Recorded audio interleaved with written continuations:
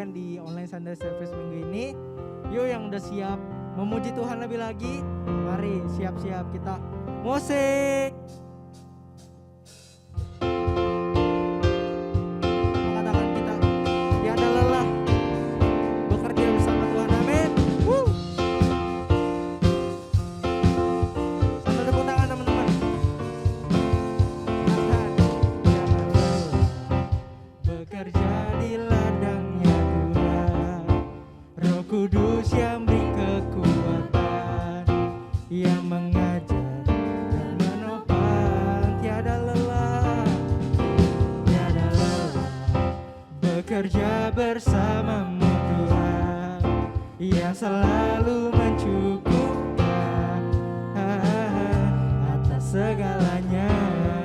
Ratakan tanah bergelombang, timbulan tanah yang berubah menjadi siap dibangun di atas dasar iman.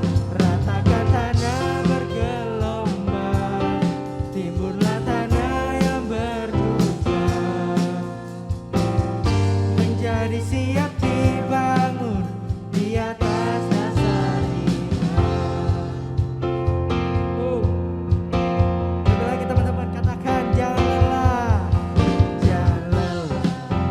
bekerja di ladangnya Tuhan, Roh Kudus yang beri kekuatan, yang mengajar dan menopang,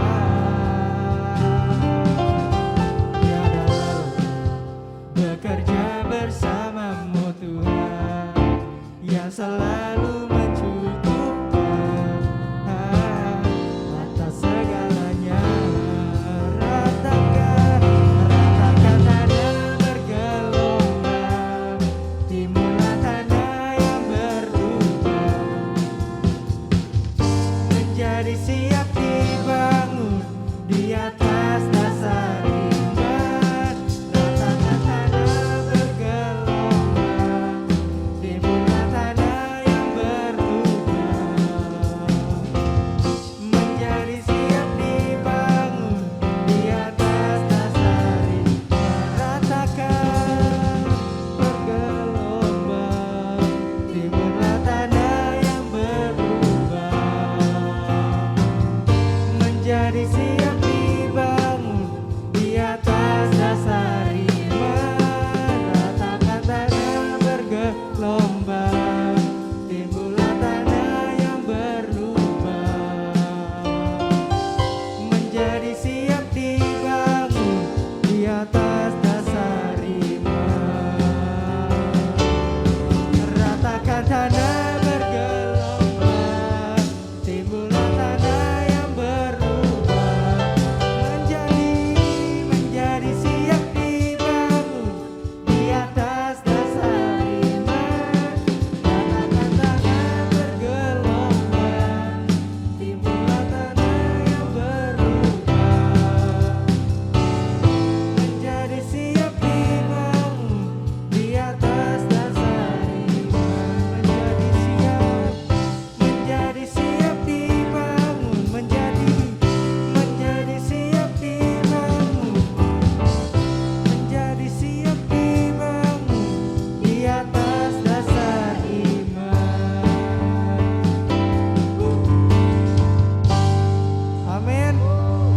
Amin. Mari semangat, masih semangat memuji nama Tuhan, amin.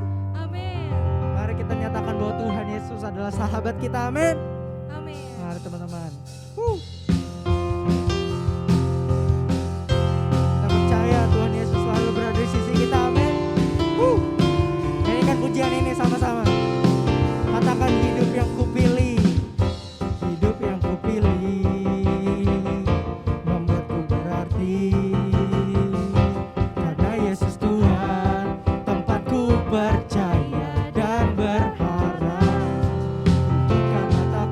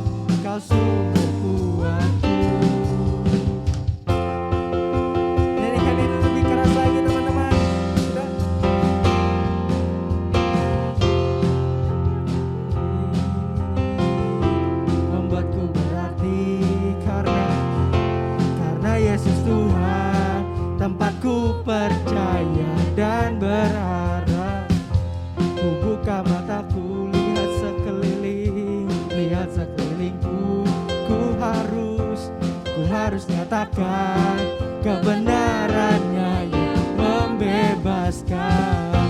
Karena kuasa-Mu, karena kehebatan-Mu, ku dapat lakukan perkara besar yang Engkau janjikan. Yesus, Kaulah sahabatku. Yesus, Kau yang akan selalu berada di sisiku. Kau sumber kuatku. Oh Yesus, Kaulah sahabatku. Yesus, Kau yang tak pernah jemu-jemu di sisiku. Kau sumberku, Kau sahabatku. Kau sahabatku, berada di sisiku. Kau sahabatku, Kau sahabat, Kau sahabatku, berada di sisiku selama-lamanya. Katakan Yesus, katakan sama-sama. Yesus, Kaulah sahabatku. Yesus, Kau yang akan selalu berada di sisiku. Kau sumber kuatku. Katakan, wow, Yesus, Kaulah sahabatku. Yesus, Kau yang tak pernah jemu-jemu di sisiku. Kau sumber kuatku. Wow, Yesus, Kaulah sahabatku. Yesus, Kau yang akan selalu berada di sisiku. Kau sumber kuatku. Oh Yesus, Kaulah sahabatku. Yesus, Kau yang tak pernah jemu-jemu di sisiku. Kau sumberku, Kau sahabat, Kau sahabatku, berada di sisiku. Kau sahabatku selama-lamanya. Kau sahabatku, berada di sisiku selama-lamanya.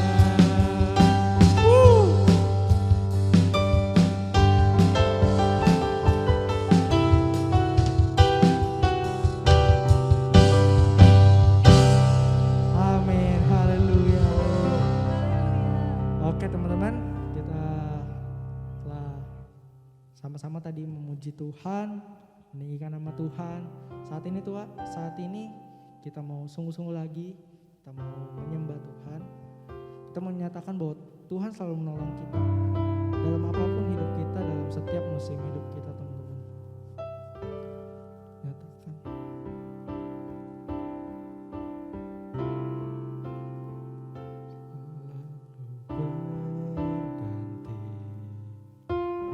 Kasih Tuhan kan tetap abadi,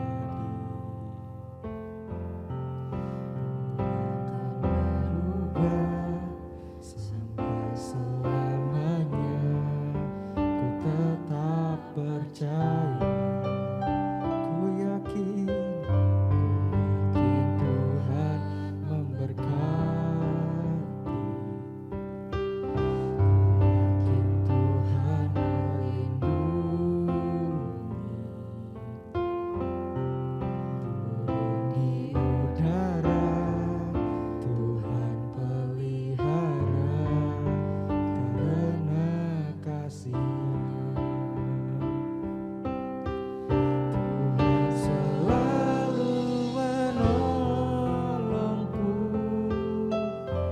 selalu menjagaku. Sehelai di rambutku tak akan terjatuh tanpa seizin-Mu. Tuhan selalu menolongku, selalu menjagaku. Dia mengenyangkan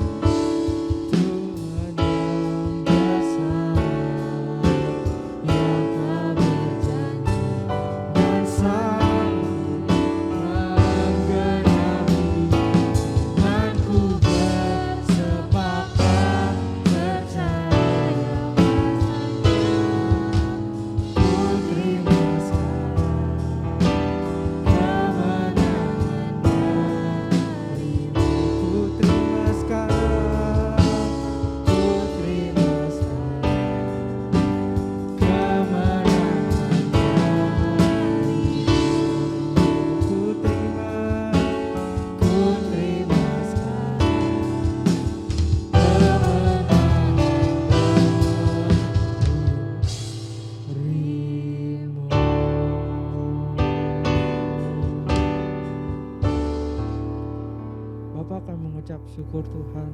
Kalau hari ini Tuhan Kau berikan kami kesempatan Tuhan, Kau berikan kami waktu Tuhan untuk bisa datang sama-sama menyembah dan memuji Engkau Tuhan. Tuhan, saat ini Tuhan kami ingin mendengarkan firman-Mu Tuhan. Ini Tuhan berkati hamba-Mu Tuhan yang akan menyampaikan firman-Mu Tuhan. Biar isi hati-Mu sajalah yang tersampaikan Tuhan melalui hamba-Mu. Dan juga Tuhan untuk kami semua Tuhan yang akan mendengarkan firman-Mu Tuhan, berikan kami hikmat Tuhan agar kami mengerti apa isi dari firman-Mu Tuhan. Ajar kami Tuhan, kami perlu Engkau Tuhan dalam hidup kami Tuhan. Dalam nama Tuhan Yesus yang siap mendengarkan firman, katakan amin. Amin. Shalom teens, apa kabarnya semua? Aku percaya semua kita dalam kondisi sehat ya. Nah, sebelum kita memulai sharing firmannya, aku juga mau mengucapkan selamat datang bagi adik-adik G2 Kids yang kemarin sudah graduation, yang hari ini kalian akan ibadah perdana bersama teman-teman teens yang lain. Oke, sebelum kita mulai sharing firmannya, aku minta kalian mempersiapkan Alkitab, duduk yang rapi, jangan sambil makan, jangan sambil main game, fokus dengan apa yang hari ini mau aku sharingkan kepada kalian. Oke, ya. Jadi hari ini kita akan membahas satu tema yang baru, satu judul yang baru. Judulnya adalah Holy Spirit is Power. Wah, Holy Spirit is Power. Apaan tuh kok? Nah, oke. Kita buka ayat firman Tuhan yang pertama hari ini. Ada di Kisah Rasul 1 ayat 8. Ya, Kisah Rasul 1 ayat 8, kalian boleh buka Alkitabnya. Aku bacakan dari sini, berkata seperti ini. Tetapi kamu akan menerima kuasa kalau Roh Kudus turun ke atas kamu, dan kamu akan menjadi saksiku di Yerusalem dan di seluruh Yudea dan Samaria dan sampai ke ujung bumi. Nah, jadi ayat firman Tuhan ini berkata, kalau Roh Kudus turun ke atas kita, kita akan punya kuasa. Kuasa untuk apa? Kuasa untuk menguasai? Ya, bukan. Kuasa artinya adalah seperti ini. Setiap apa yang kita lakukan, apa yang kita katakan terhadap siapapun, itu punya kuasa. Artinya gini. Kalian pasti pernah baca kan firman Tuhan yang berkata lidah kita nih punya kuasa. Kuasa untuk memberikan orang semangat atau kuasa untuk malah sebaliknya bikin orang jadi down. Nah itu yang disebut dengan kuasa. Tetapi kalau Roh Kudus sudah turun ke atas kita, kuasanya adalah kuasa yang baik yang akan muncul. Amin. Jadi kalau kita mungkin mendoakan orang sakit dalam nama Tuhan Yesus, orang itu bisa sembuh. Amin. Itu namanya adalah kuasa. Kuasa perkataan. Ya kan salah satu contohnya adalah kuasa perkataan. Kalau kita menyapa orang lain, hai shalom, mungkin kita merasa apa yang kita lakukan itu adalah hal yang kecil. Tetapi kita ketika dengan kuasa Roh Kudus kita bilang shalom, mungkin orang yang mendengarnya akan merasa happy. Ya kan mungkin orang tersebut sebelumnya merasa sedih atau lagi bad mood ya kan. Lantas ketika kita dengan kuasa Roh Kudus kita menyapa mereka dengan shalom, mereka akan wah ada damai sejahtera, ada sukacita. Nah itu namanya kuasa adik-adik. Nah Tuhan Yesus pertama kali memberikan kuasa ini kepada murid-muridnya. Kita belajar lebih dalam lagi ya. Berikutnya adalah janji Tuhan. Di Yohanes 16 ayat 7. Ya, adik-adik boleh buka atau nanti ditampilkan. Yohanes 16 ayat 7 berkata gini. Namun benar yang kukatakan ini kepadamu adalah lebih berguna bagi kamu jika aku pergi. Sebab jikalau aku tidak pergi, penghibur itu tidak akan datang kepadamu. Tetapi jikalau aku pergi, aku akan mengutus dia kepadamu. Nah kisahnya aku sedikit flashback adalah ketika Tuhan Yesus pada waktu itu mau naik ke surga. Ya kan, dia berkata bahwa Tuhan Yesus akan mengirimkan atau mengutus seorang penolong. Ya kan? Pada waktu itu murid-muridnya bingung kan penolongnya siapa. Karena Tuhan Yesus berpesan dia akan pergi dulu ke surga sebelum nanti dia akan datang lagi gitu loh. Jadi setelah Tuhan Yesus, aku sedikit flashbackin lagi nih ya. Jadi setelah Tuhan Yesus disalibkan, dia mati, pada hari ketiga dia bangkit. Ya kan? Dan dia menampakkan diri, dia menunjukkan diri kepada murid-muridnya, Tuhan Yesus harus naik ke surga dulu. Nah ketika Tuhan Yesus mau naik ke surga, dia berjanji kepada murid-muridnya bahwa dia akan mengirimkan atau mengutus seorang penolong. Siapakah dia? Roh Kudus, betul. Adalah Roh Kudus. Karena kenapa? Karena Tuhan Yesus tahu nih, kalau misalkan Tuhan Yesus pergi begitu aja, bye-bye semuanya. Tanpa mengirimkan seorang penolong, murid-muridnya akan lemah. Nampak atau muncul apa bilangnya ya? Contohnya adalah ketika Tuhan Yesus mati disalibkan, ya kan mati dulu nih Tuhan Yesus kan 3 hari itu mati disalibkan. Murid-muridnya semua balik lagi ke kehidupannya yang dulu. Petrus balik lagi jadi seorang nelayan. Bahkan ada kalau kalian baca ya di kitab Injil ya, Matius, Markus, Lukas, Yohanes tuh ada yang mencatat bahwa 2 orang muridnya bahkan ada yang pulang kampung, pulang ke Emmaus. Jadi dia merasa, Tuhan kita sudah mati, kita pulang aja. Nah, Tuhan Yesus tahu kalau dia nggak mengirimkan seorang penolong, murid-muridnya ini akan bubar. Ya kan? Murid-muridnya ini nggak bisa dipakai karena mereka merasa sendirian. Karena itu Tuhan Yesus menjanjikan seorang penolong, yaitu Roh Kudus. Ya kan? Maka itu Tuhan Yesus bilang setelah nanti aku naik ke surga, dia akan mengirimkan penolong, kalian jangan pergi dulu kemana-mana. Ya kan, kalian jangan pergi meninggalkan Yerusalem dulu. Kalian diam, ya kan, menantikan Roh Kudus itu. Lantas murid-murid Tuhan Yesus ini taat, ya kan, mereka berdiam diri, bukan berdiam diri, mereka stay di satu rumah di loteng atas, mereka menanti-nantikan Roh Kudus. Selagi mereka menanti-nantikan Roh Kudus, apa yang mereka lakukan?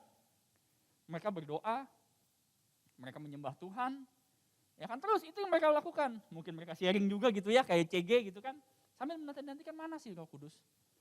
Lantas suatu ketika muncullah tanda-tanda bahwa Roh Kudus akan datang. Ya kan, pada waktu itu ya, ada hembusan angin, ada nampak seperti lidah-lidah api, dan lidah-lidah api itu turun ke atas mereka. Dan tanda awal ketika mereka dipenuhi dengan Roh Kudus adalah apa? Mereka berbahasa roh. Bingung kan?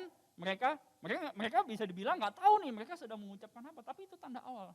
Terbukti adalah orang-orang di sekitar situ menyangka mereka tuh mabuk gitu loh. Ya ini murid-murid Tuhan Yesus kenapa pada begini semua ngomongannya kok aku nggak ngerti, aku nggak kenal, mungkin mabuk anggur kali ya. Tapi ternyata enggak. Itu adalah tanda awal mereka dipenuhi dengan Roh Kudus gitu loh, dengan berbahasa roh. Ya kan?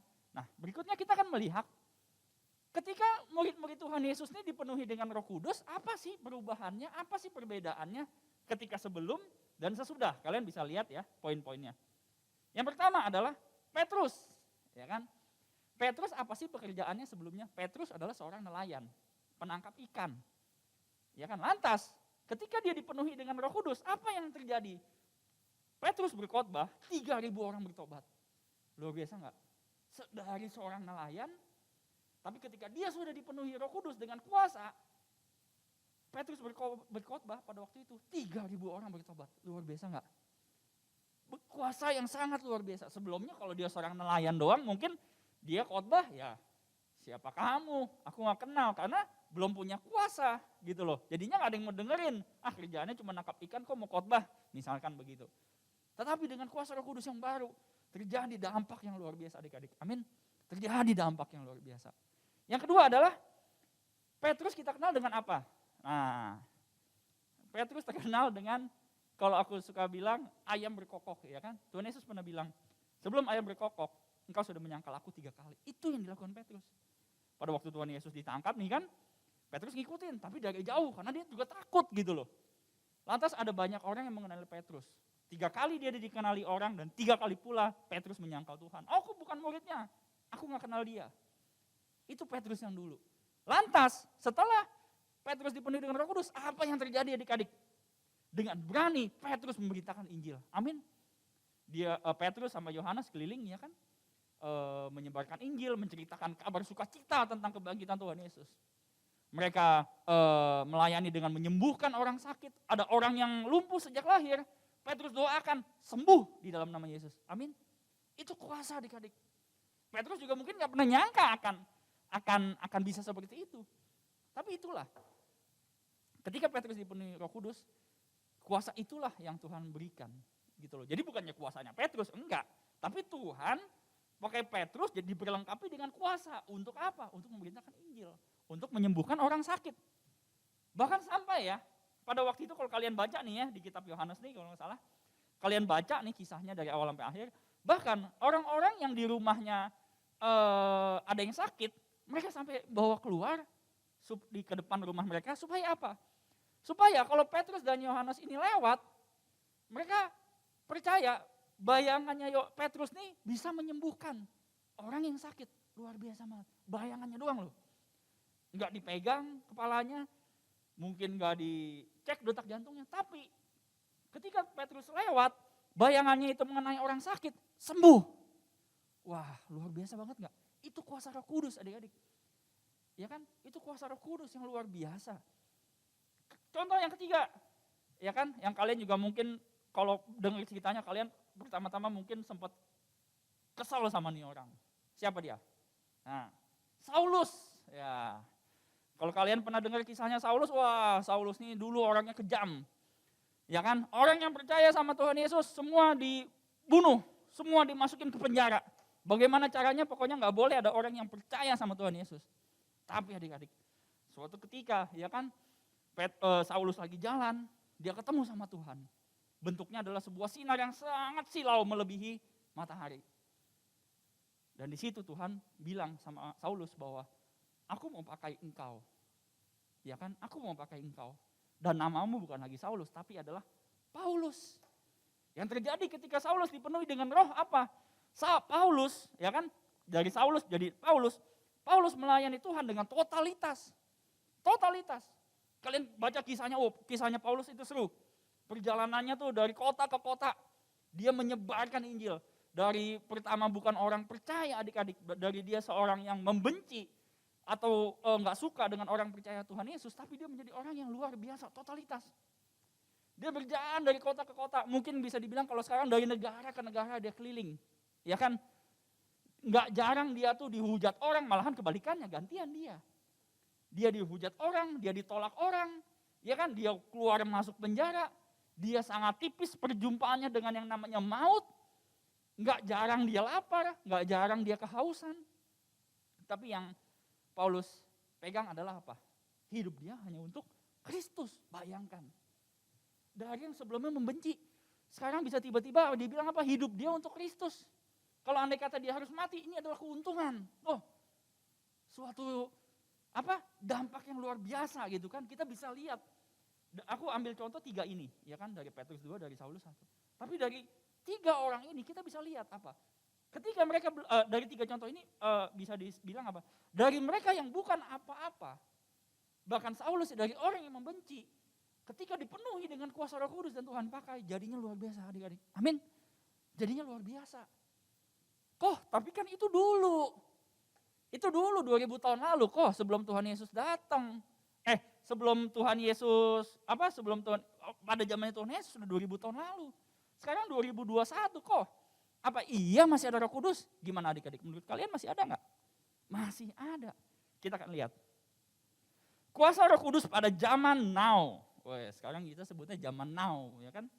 Kalian kan generasi yang luar biasa, zaman now. Nah, adik-adik boleh buka di Yoel 2 ayat 28. Di sini dikatakan gini, Yoel 2 ayat 28 berkata, kemudian daripada itu akan terjadi bahwa aku akan mencurahkan rohku ke atas semua manusia. Maka anak-anakmu laki-laki dan perempuan akan bernubuat. Orang-orangmu yang tua akan mendapatkan mimpi. Teruna-terunamu akan mendapat penglihatan-penglihatan. Di sini teruna-teruna aku kasih tanda ya, aku kasih tanda warna kuning.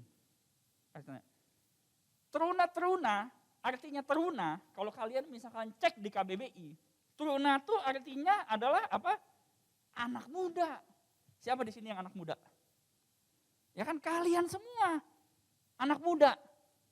Dikatakan di sini apa? Teruna-teruna akan mendapat penglihatan-penglihatan. Artinya apa? Pada zaman now pun Roh Kudus masih terus dicurahkan. Bukannya dulu udah selesai sekarang udah zaman baru, Roh Kudusnya masih ada enggak? Masih terus dicurahkan. Gitu. Bahkan melalui hambanya yang luar biasa, ya kan gembala sidang kita, Openiko, Tuhan Yesus mengatakan apa? Pentakosta ketiga sudah terjadi. Amin. Pentakosta ketiga sudah terjadi. Dan masih, maksudnya prosesnya masih terus. Roh Kudus masih terus dicurahkan. Ya kan? Bahkan aku ngambil satu pernyataan gitu ya.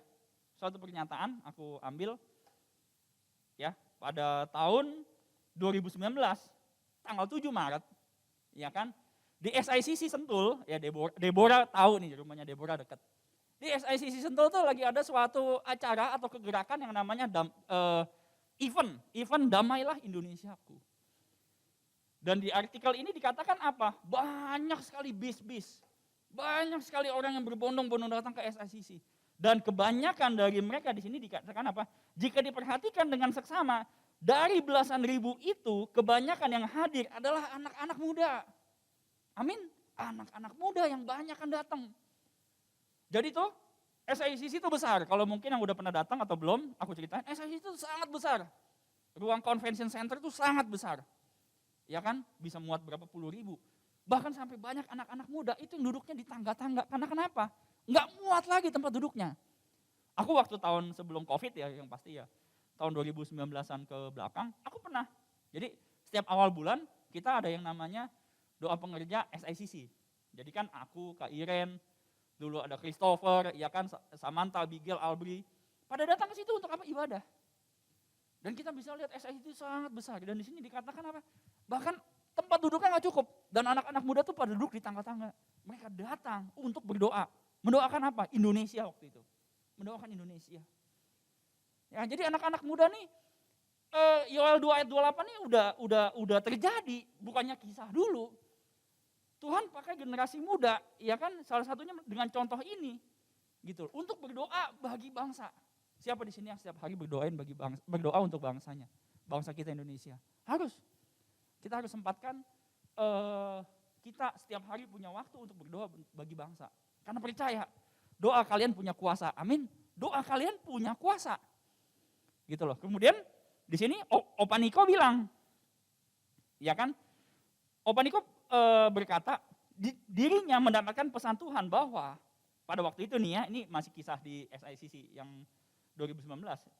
Hari ini akan muncul, dikatakan gini, hari ini akan muncul generasi muda yang disebut generasi Yeremia. Nah, ya kan?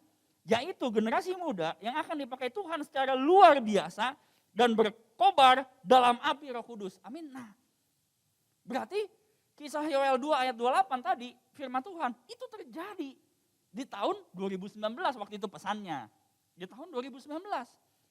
Ya kan? Generasi Yeremia, generasi muda yang akan dipakai Tuhan secara luar biasa dan berkobar dalam api Roh Kudus. Aku mau tanya sekarang gini. Siapa di rumah di sini yang disebut Jeremia Generation? Angkat tangan. Itu adalah kalian. Kalian bisa lihat kan ada foto-fotonya nih ya. Itu adalah kalian. Kalian bukannya anak kecil yang nggak bisa apa-apa. Tapi Yoel 2 ayat 28 berkata apa? Teruna-terunamu akan mendapatkan penglihatan-penglihatan. Amin. Artinya apa? Kalian yang dipakai Tuhan secara luar biasa. Yang ada yang lagi ibadah atau yang lagi ikut Zoom. Kalian adalah generasi muda yang dipakai secara luar biasa. Amin. Ya kan? Jadi kisahnya ini bukan kisahnya zaman dulu. Zaman dulu udah terjadi kok, berarti udah selesai. No, masih terus berjalan. Ya kan, melalui Pentakosta ketiga ini masih terus berjalan. Ya kan? Karena itu adik-adik, yang tadi aku bilang, jangan menganggap diri kalian kecil. Jangan, ya memang badannya kecil kali, mungkin masih kecil gitu. Umurnya juga pun masih muda. Tetapi kalian punya kuasa, amin. Bagaimana caranya kalian punya kuasa? Nah ini, dengan dipenuhi dengan Roh Kudus. Bagaimana caranya kok? Wah, mungkin udah ada yang semangat ya kan? Aku kasih 3 poin, ya kan? How to get Holy Spirit power. Yang pertama adalah minta dengan sungguh-sungguh. Kayak murid Tuhan Yesus waktu itu, mereka sungguh-sungguh minta. Mereka menanti-nantikan kapan nih? Katanya Tuhan Yesus mau mengutus seorang penolong. Mana? Lantas mereka dengan sungguh-sungguh berdoa, menyembah Tuhan. Dengan sungguh-sungguh mana nih? Seperti contohnya misalkan kalau kalian lagi haus nih leher, dahaga gitu ya. Misalkan lagi panas kan haus. Pasti yang kalian cari pertama apa? Air. Air apa? Air minum. Kalian gak perlu disuguhin minuman-minuman soft drink, kalian gak perlu disuguhin jus. Tapi ketika kalian sudah menemukan sebuah air minum, itu rasanya sudah lega sekali. Seperti itu adik-adik. Kerinduan kita tuh seperti orang yang benar-benar haus. Kalau itu kan tadi haus minum. Ini adalah haus akan Roh Kudus. Karena tadi kita udah lihat contohnya adik-adik.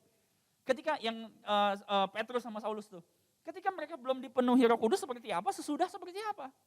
Jadi bukannya nggak mungkin nih, bisa aja nanti yang berdiri di sini bukan aku, tapi Helena, mungkin Moses, mungkin Jenis yang akan sharing firman. Karena apa? Generasi muda yang dipakai Tuhan. Generasi muda yang dipakai Tuhan. Penuhi, minta dengan sungguh-sungguh. Ya mungkin waktu Tuhan kan kita nggak ada yang tahu gitu loh. Mungkin Tuhan mau kasihnya kapan kita nggak tahu. Tapi yang Tuhan lihat adalah hati kita, sikap kita, minta apa enggak. Firman Tuhan berkata, mintalah maka kau akan diberi. Nah, tapi kita harus tunggu waktunya Tuhan. Ini kan murid-muridnya Tuhan Yesus juga kan, mana nggak muncul-muncul penolongnya, udah dah kita bubar. Enggak. Tetapi mereka dengan setia, bersatu hati mereka berdoa, mereka menyembah Tuhan, menanti-nantikan namanya penolong. Ya kan, nah, seperti itu yang harus kita lakukan sama-sama. Kita minta, pegang janji Tuhan. Ya kan? Yang kedua adalah percaya bahwa Tuhan Yesus pasti menepati janjinya. Ya kan? Setelah murid-muridnya Tuhan Yesus nunggu mungkin sekian lama, ya kan? Lantas Tuhan Yesus penuhi janjinya. Tuhan Yesus bukan yang PHP, bukannya yang ngasih janji-janji doang supaya orang percaya, supaya orang takut. No, tapi dia penuhi janji-janjinya. Amin. Dia penuhi. Tapi ingat, waktu Tuhan adalah yang terbaik. Terus kita doakan, terus kita minta. Tuhan kirimkan aku Roh Kudus. Aku pengen punya kuasa. Aku pengen jadi berkat. Aku pengen kata-kataku ini bisa menghibur orang yang sedih. Aku pengen kata-kataku ini bisa membangkitkan semangat. Aku pengen supaya berdoa, ketika aku berdoa, orang sakit sembuh. Aku pengen ketika aku berdoa, masalah orang tersebut selesai. Itu cuma bisa dengan kuasa. Kuasa Tuhan Yesus, kuasa Roh Kudus. Amin. Makanya judulnya tadi kan di awal apa? Holy Spirit is a power. Holy Spirit bukan cuma roh. Nggak jelas ada di mana nih rohnya. Tapi dia punya kuasa. Dia meng-guide kita, dia yang memimpin kita, dia mengarahkan kemana kita harus berjalan. Itu adalah Roh Kudus. Ya kan? Karena itu Tuhan Yesus kirimkan. Dia tahu kita lemah. Dia kirimkan Roh Kudus untuk apa? Meng-guide kita. Selain memimpin apa? Dia juga mencurahkan kuasanya. Dia mencurahkan powernya. Untuk supaya apa? Kita bisa jadi kepanjangan-kepanjangan tangan Tuhan. Ya kan? Seperti tadi kan firman Tuhan, ya apa? Supaya kita bisa melalui kita, orang bisa merasakan kebaikan Tuhan. Melalui kita, orang bisa mengalami kebaikan Tuhan. Itu kan luar biasa adik-adik. Bayangkan, kalian yang kelas 5, kelas 6 masih muda-muda, tetapi udah sharing. Ya kan, sudah bersaksi Tuhan Yesus itu baik. Dan karena kuasa, orang yang mendengarnya kan mungkin kalau sharing dengan biasa, oh iya ya gitu. Tapi ketika dengan kuasa, kalian kesaksian, orang yang lemah jadi, wah dikuatkan. Orang yang tadinya putus asa tiba-tiba jadi, oh iya, Helena aja bisa, aku juga pasti bisa. Dengan apa? Kuasa. Kemudian yang ketiga adalah apa?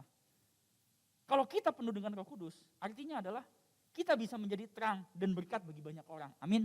Baik dengan perkataan tadi kan, baik dengan perbuatan, ya kan? Dengan perbuatan contohnya apa? Kita dikasih hikmat sama Tuhan. Kita peka sama Tuhan. Apa sih yang harus kita lakukan? Itu semua dengan tuntunan. Kalau itu semua dengan tuntunan artinya apa? Orang tersebut akan mendapatkan berkat. Amin. Itu adik-adik. Jadi apa yang hari ini kita sharingkan bukannya hal yang jauh gitu ya, apalagi baru naik kelas bingung gitu. No. Tapi buktikan, ya kan? Minta sama Tuhan. Kuasa Roh Kudus. Aku menjadi terang Tuhan. Aku menjadi berkat Tuhan. Dimanapun aku berada. Baik di rumah kah, baik lagi Zoom sekolah kah, sama saudara-saudara kah, aku mau jadi terang, aku mau jadi berkat. Karena itu aku pengen dipenuhi dengan Roh Kudus. Ya kan? Mari kita berdoa. Tuhan terima kasih untuk kebaikan-Mu. Tuhan, hari ini kami belajar Tuhan, bahwa Roh Kudus adalah kuasa ya Tuhan. Kami mau jadi terang ya Tuhan, kami mau jadi berkat bagi banyak orang Tuhan. Tapi kami tahu Tuhan, dengan kemampuan kami nggak bisa Tuhan. Kami lemah, kami masih kadang-kadang suka berbuat dosa Tuhan. Karena itu Tuhan, adik-adik buka kedua tangan kalian, sungguh-sungguh. Karena itu Tuhan, aku minta Roh Kudus Tuhan, penuhi kami semua dengan Roh Kudus Tuhan. Kami udah lihat Petrus Tuhan, kami udah lihat Saulus Tuhan. Bagaimana mereka sebelum dan sesudah dipenuhi dengan Roh Kudus. Begitu pun dengan kami. Engkau yang berfirman, engkau yang berjanji bahwa teruna-terunamu Tuhan akan penuh dengan Roh Kudus. Dan kami percaya di Jitutin GBWFC Tuhan, generasi Yeremia yang kau pilih, semuanya penuh dengan Roh Kudus. Semuanya penuh dengan kuasa. Sejak masa muda mereka sudah cinta mati-matian dengan kau. Mereka enggak kompromi dengan yang namanya dosa. Tetapi setiap langkah mereka, setiap apapun yang mereka kerjakan dan lakukan dengan tangan mereka, semuanya untuk kemuliaan namamu Bapa. Terima kasih Bapa, hamba-Mu boleh selesai menyampaikan firman-Mu. Tetapi biarlah setiap firman-Mu ini tertanam, berakar, bertumbuh dan berbuah atas setiap anak-anak-Mu. Berkati terus generasi Yeremia. Dengan hikmat, kesehatan, kepintaran, mereka boleh terus menyenangkan hati-Mu. Berkati juga orang tua demi orang tua, rumah demi rumah, penuh dengan damai sejahtera, damai sukacita-Mu. Terima kasih Bapak, kami serahkan doa kami ke dalam tangan-Mu. Di dalam nama Yesus kami sudah berdoa ucap syukur, haleluya, amin. Oke adik-adik, sampai di sini kita sharing firman-Nya, kita ketemu lagi di waktu yang akan datang. Oke, Tuhan memberkati, bye-bye.